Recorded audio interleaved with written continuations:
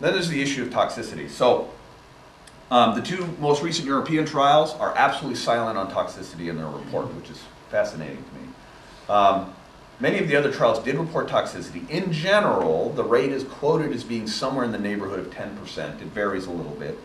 And most of them reported as mild. But any of us who've done enough TURs and instilled enough chemotherapy have seen that rare disaster.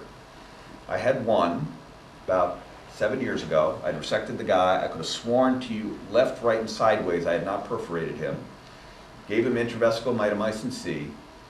3 months later, brought him into System in the office, and there are little fat globules floating around in his urine. And what in the blazes is this? And I look at my TUR site, it had not healed at all. It was still, in fact, it had gotten worse. I mean, now it looked like a hole going right through his bladder wall out into God knows where. And that scared the living you-know-what out of me. And I've never forgotten that since then. Fortunately, he did well. I, got terrified and said, you know what, we kind of need a catheter in you for like a week and just come back.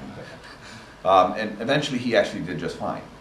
But all it takes is for you to see one of those and you realize that this is, yes, most of the time you're going to get away with it. Most of the time it's fine. But if you think you perforated, for God's sakes, don't put this stuff in there.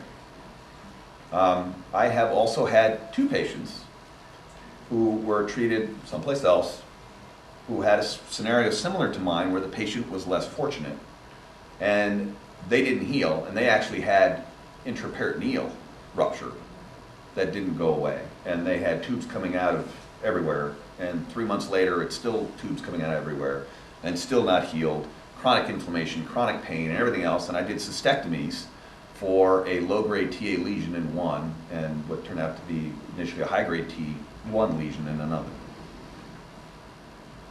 And so, and all of us have probably either seen or heard of that scenario. So that's the one we fear.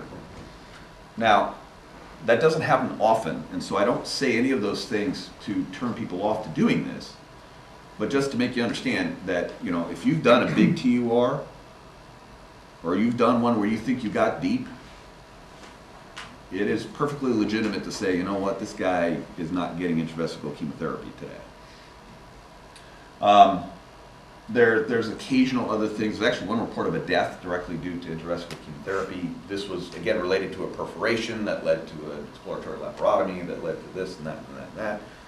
And that patient died. So, I mean, it can have toxicity. It is not common. But it just speaks to one of the things we're talking about. It's perfectly, absolutely 100% good care to say, I was deep today, or I had a perforation or something like that. He's not getting intravesical chemotherapy. And that should be something we're capturing. So what is the absolute sort of best patients?